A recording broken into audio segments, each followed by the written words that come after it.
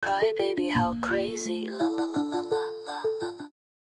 Okey, baik. Seterusnya panduan pengguna untuk membuat tempahan. Okey, klik kepada daftar di sini. Okey, pergi bahagian daftar tempahan.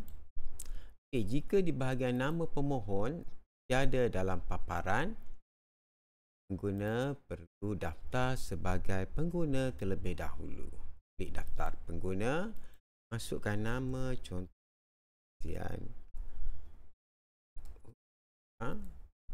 email tak ada, yang ni wajib nombor telefon jika ada, dan kita barulah kita boleh buat tempahan bilik.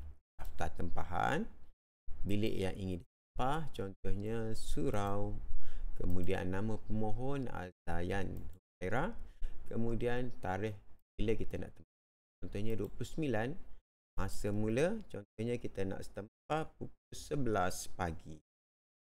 Okey, dan ni masa tamat, contohnya hari yang sama, kita just nak sampai pukul berapa, contohnya sampai pukul 2 PM. Dan tujuan penggunaan dan berapakah jumlah peserta, barulah klik button save. Jadi dah selesai. Kalau kita cek dalam dashboard ni, akan ada nama kita, dan di bahagian paparan ni dia akan keluar selepas 15 minit kita buat tempahan.